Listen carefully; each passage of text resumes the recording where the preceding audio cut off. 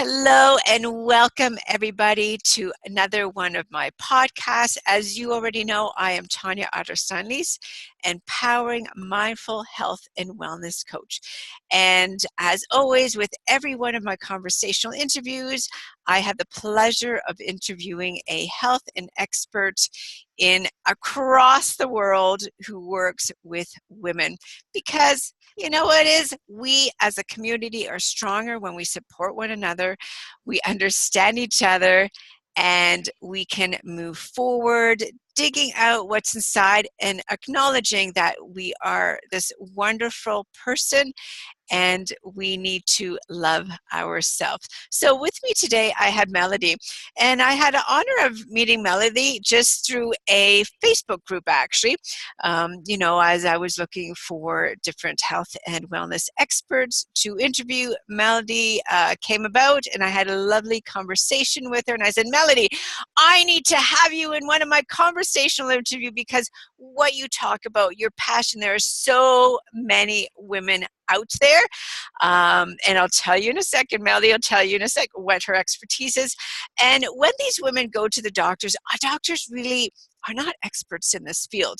And that's why I felt it's really, really important, so vitally important to have Melody here today. So thank you, Melody, for your time. I appreciate this conversational interview we are having.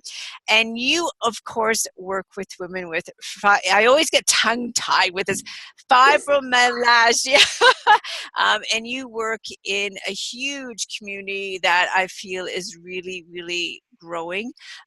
Years ago, it was considered an older woman disease or, are hormonal, but it affects younger women, and it's starting to be known as word is getting out there, minimally getting out there. So of course, you getting into this, from what you told me, it was due to your own health struggles, and you really started to look into this and said, okay, I need to research this. I need to look at this. I am going to help myself so that I can help other women suffering from this. And with that, you're an advocate for the fibromyalgia community. You are a mentor for other women, knowing they are not alone. So with that, Melody, can you please introduce yourself and let us know what you do and how you are so dedicated to women, to your clientele, please? Well, my journey started in 2005 on Mother's Day when I felt the first symptoms. And I was actually quite lucky. So I was diagnosed only a couple months later with fibro the first time. For the next 5 years, like so many women do, you follow what the doctors tell you. They have the education, they have the knowledge, the expertise, and we just follow them with the faith that they have your best interest at heart, which at times they do, but it's what they think your best interest is, not what your best interest is. Right. After about 5 years, drug addicted, unable to get out of bed, the doctors told me that I'd be in a wheelchair for the rest of my life by my 30th birthday, which was in 10 months. Had a few choice words for the doctor that were mainly 4-letter words. Walked out of there in my 5-inch hot pink heels that I still got. Yay! And it was actually my 7-year-old son, in all his beautiful wisdom, said, Mommy, if they can't fix you, why can't you fix yourself?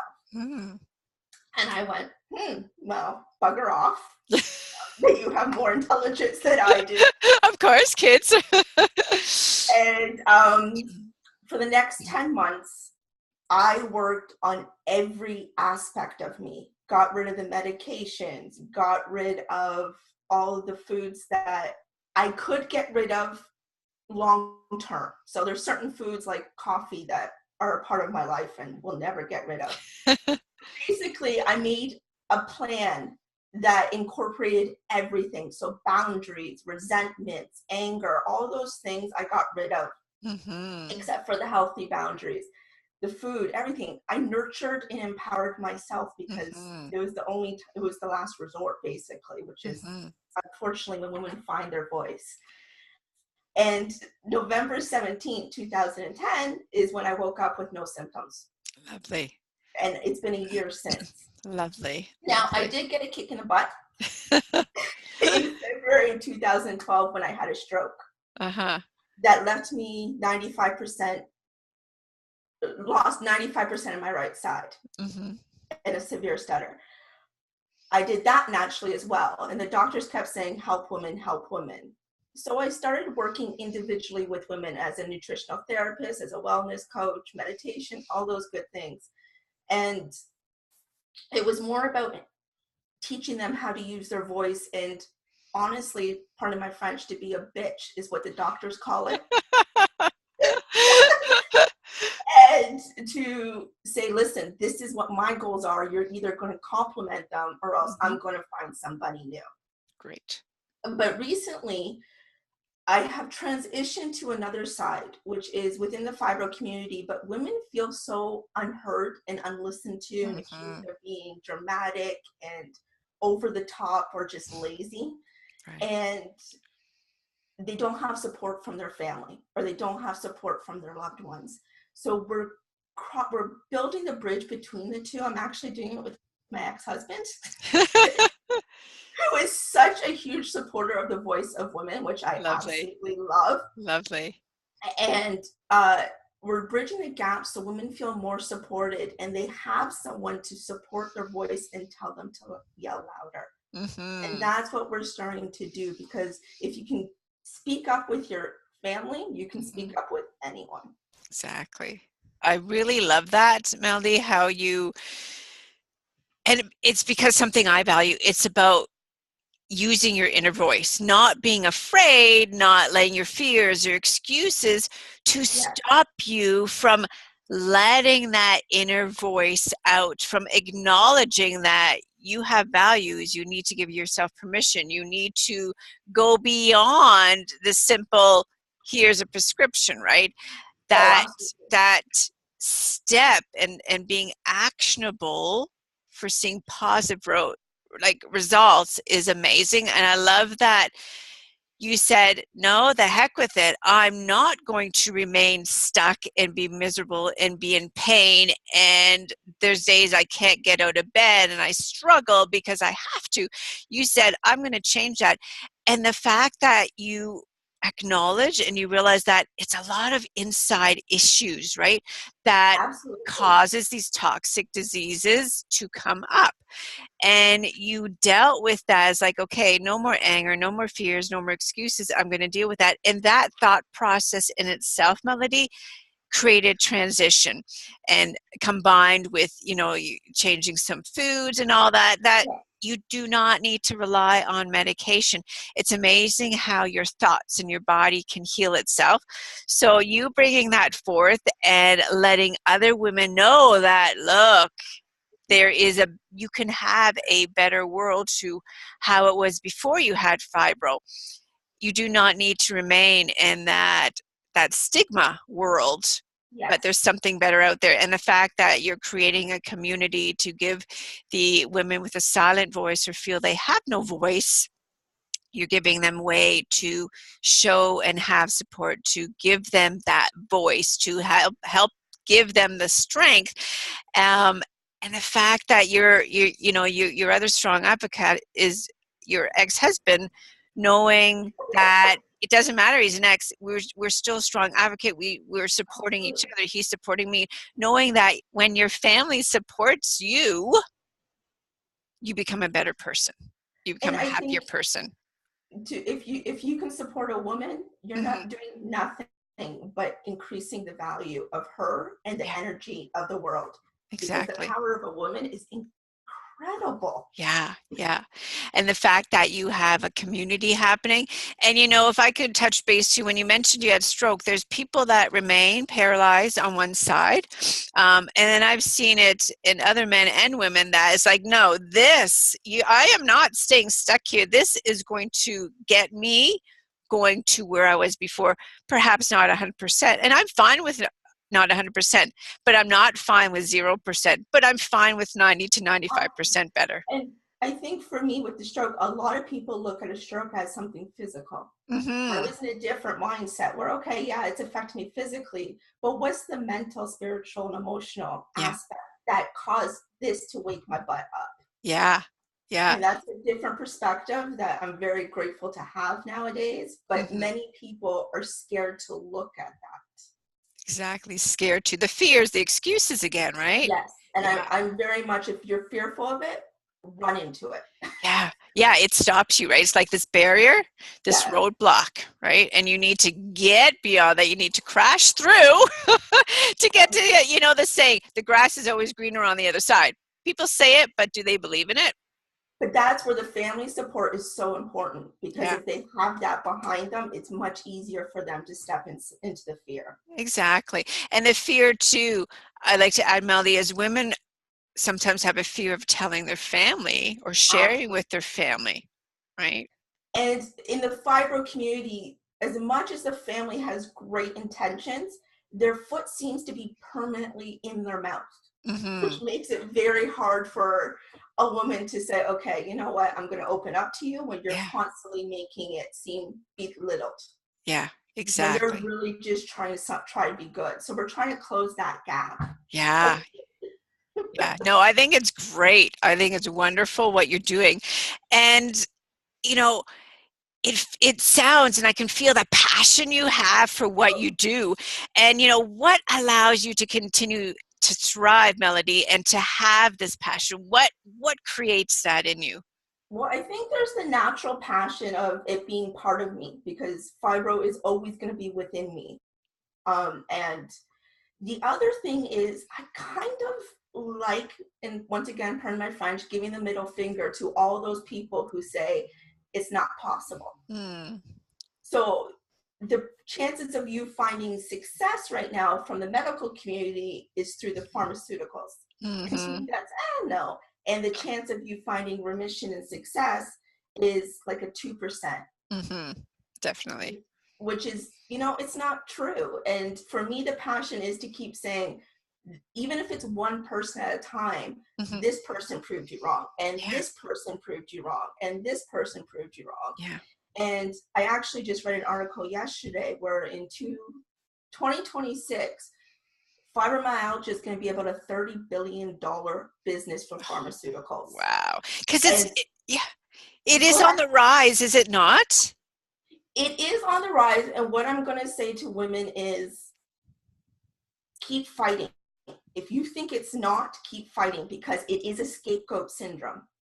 So if you're becoming a bit of a hassle to the doctors, they will say it's fibro, Yeah. because it does mimic so many other symptoms. And the way Canada treats it now has changed, Mm-hmm. because it was getting too much money for diagnosis. So Mm-hmm. they've kind of quickened that up.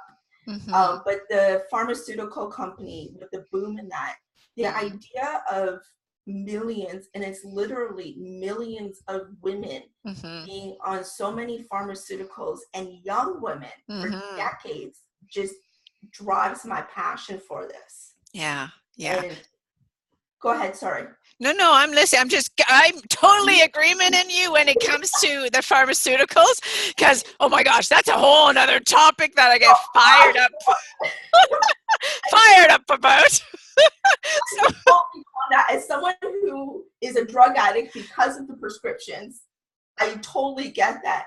But I do want to say I'm not fully against pharmaceuticals. I think medications have a time and place, and I think yeah. you have to find a good balance. Mm-hmm. So I don't want people to label me as, oh, she's anti everything. Right. I don't think that there is a pharmaceutical in regards to fibromyalgia that you should be on Mm-hmm. for decades. Mm-hmm. I think it gives you the freedom to find the natural solutions Mm-hmm. to, so that you don't have to be on that. Exactly. You But know in what? saying that, sorry, Yeah, yeah. Go ahead. but in saying that, there are no pharmaceuticals that have been proven to offer a substantial relief to increase your value, or your value of life. Mm-hmm. So I'm not. It's kind of a hard line to draw there. Yeah. Well, it's what you mentioned at the beginning too, Melody, is you started out with the medications, Mhm. the medical stuff, but then you started implementing into your life non-medical ways, natural ways, changing the way you eat, you know, Yes. changing your mindset. And when you started to gradually add those in, you were able to lessen your medication and still come out even further and more positive in the end. So that's a bit of an untruth in regards to me, just simply because I'm an extreme person, and I Okay. fought for a year for the doctors to take me off the medications, and they refused. Oh, yeah. They refused. So the only way for me to get off the medications was to go cold turkey. Okay. Which is not smart. Please don't do that. No one ever do that, especially with the medications I was on. Yeah. But I went cold turkey and then started doing the healthy stuff because I honestly was a zombie. Yeah. They were like, one of the medications was fentanyl, and we all know we all know what that's doing to people right now. So, and that was in addition to 4 other narcotics at the same time. So I really don't recommend people to do that.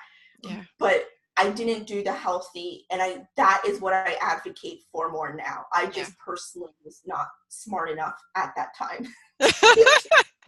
Unfortunately. But you know what? You were being accountable to yourself, right? And that's what I love about it. You had the choice of, okay, I'm going to be so drugged out and sleepy all the time and just stay here, or I'm going to take action and be accountable for a better, and I am going to say a better life, because I have the choice of being a zombie all the time and totally toxified through medication, or I can be on a more awake and positive route. And you did mention too, some people do need that medication, but how much do you really need? And I'm a strong advocate that it's, there's so many other natural ways of solving medical issues, and I love how you found that for yourself and it worked. So again, I really feel it's important to highlight that. So Melody, as far as how can we reach you, I know there's so many women, like you said, it is on a staggering increase. I personally think stress has a lot to do with it. And again, that's for another conversation. And with the women out there that are facing this and they've been diagnosed this and they're like, oh my gosh, I need to contact Melody because I really want to go her route. How can they contact and where can they find you, Melody? So I'm on Instagram, which I just switched over the name because we're transitioning companies. So that's SM2STWB. So the TWB is the Whole Balance, which is my personal company on Instagram. And then there's Facebook. There's my website, fibromyalgiaevents.com or thewholebalance.com. The big thing I tell people to do is to either email me your questions when you're starting out or text me. Please don't call me because I will not answer. Honesty is good. I have people calling me at 3 a.m. and I'm like, I'm not answering you.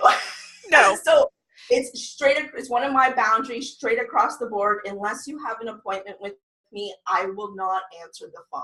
Excellent.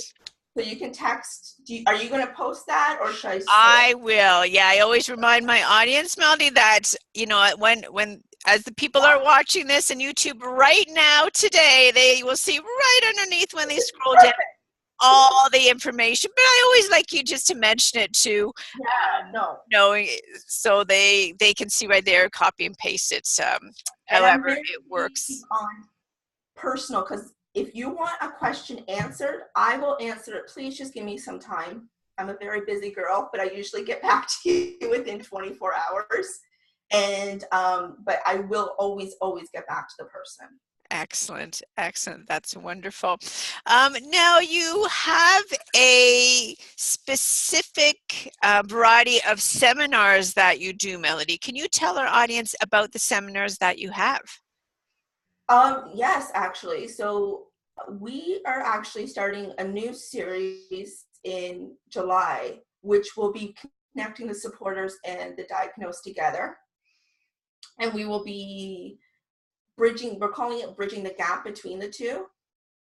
But in addition to that, I want to focus more on women, and I'll be doing a series in person, and hopefully we're recording them and online because I am technologically challenged. But we'll be doing a series of going through a bit about my story and some key changes that women can make in talking to doctors, in talking to their family, expressing their needs, and just allowing their voice to be heard, because that is so important. And that's why I loved your 28 Days of Empowerment program. Mm-hmm. Thank you very much. Yeah, I love how you expressed how it's the supporting and, the transitioning, because with my 28, it's actually, I thought, okay, I'm going to help these women become empowered in 28 days. That's why it's a free on my website when you go on my homepage on the right-hand side.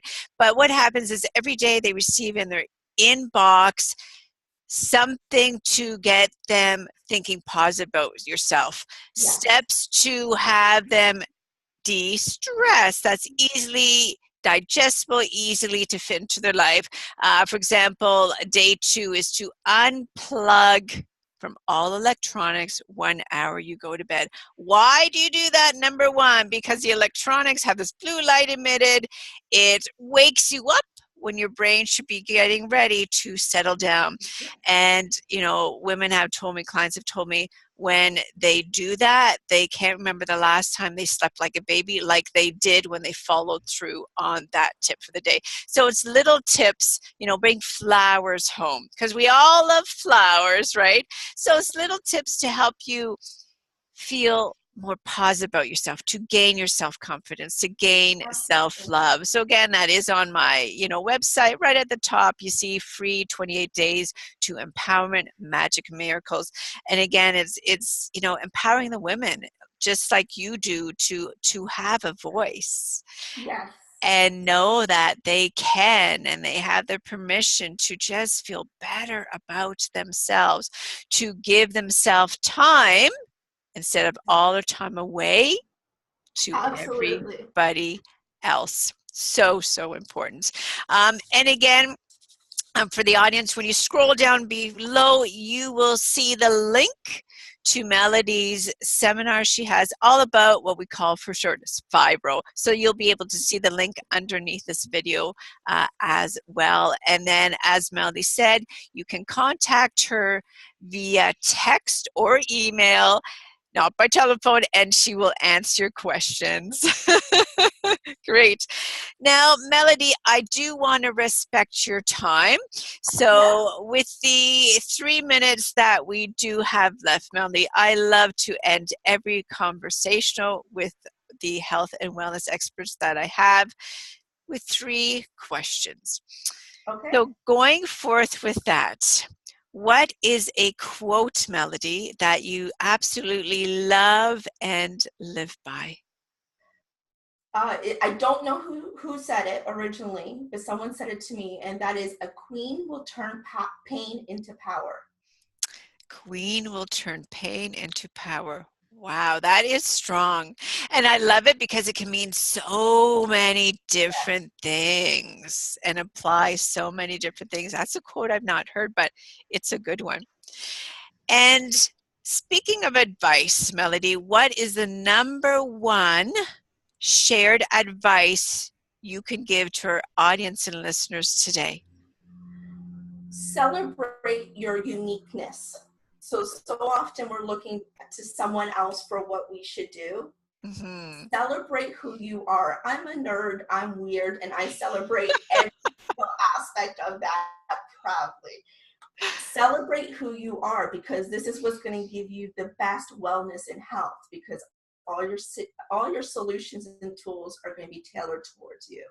I love that, because it goes back again to self-love. Yes. So that is great. And last thing, if this was the last day of your life, Melody, other than family, yes, what's the one thing that you're grateful for? My fibro.